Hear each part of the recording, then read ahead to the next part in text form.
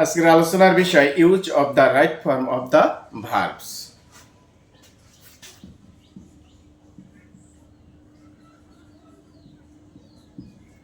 Passive voice এর ক্ষেত্রে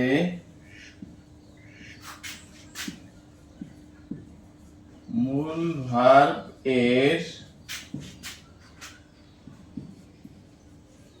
past participle হয়, যেমন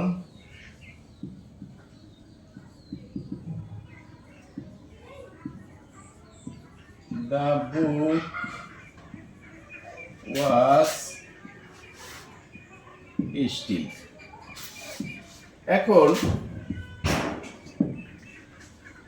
still, the book was steal, এখন এটা পেসিভ কিভাবে? দ্য বুক বস্তুবাচক সাবজেক্ট, অর্থাৎ সাবজেক্ট এখানে নিষ্ক্রিয় বা অলস, তাহলে এটা কি আছে? পেসিভ ভয়েসে আছে।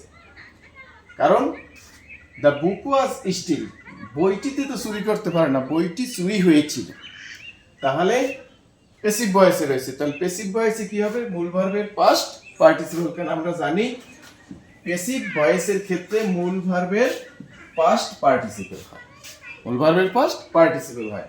তাহলে উত্তরটা হবে দা বুক ওয়াজ স্টোলেন। কারণ স্টিলের পাস্ট পার্টিসিপল কি? Stolen. Rice is eat by me. এখানে রাইস বস্তুবাচক সাবজেক্ট, অর্থাৎ অলস বা নিষ্ক্রিয়। কারণ রাইসে তো আর খেতে পারে না, রাইস ভাতকে খাওয়া হয়।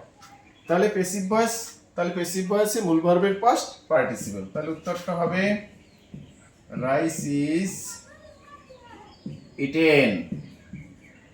Rice is eaten by me. Rice is eaten by me. অর্থাৎ আমরা সবসময় সকল ক্ষেত্রে যখন ভার্ব বসাবো, ভার্বের ব্যবহার করব, তখন যদি দেখি বাক্যটি পেসিভ ভয়েসে রয়েছে, তাহলে পেসিভ ভয়েসে থাকলে অবশ্যই কি মূল ভার্বের সবসময় কি পাস্ট পার্টিসিপল করতে হবে। কারণ আমরা জানি পেসিভ ভয়েসের ক্ষেত্রে মূল ভার্বের পাস্ট পার্টিসিপল হয়। যেমন the book was steal, passive voice, উত্তর হবে দ্য বুক ওয়াজ স্টোলেন। 2 নম্বর হচ্ছে rice is eat by me, passive voice, তার উত্তরটা rice is eaten by me. এখানে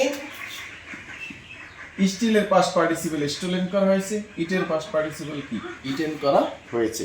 আর কারণ পেসিভ ভয়েসে সবসময় মূল ভার্বের পাস্ট পার্টিসিপল হয়।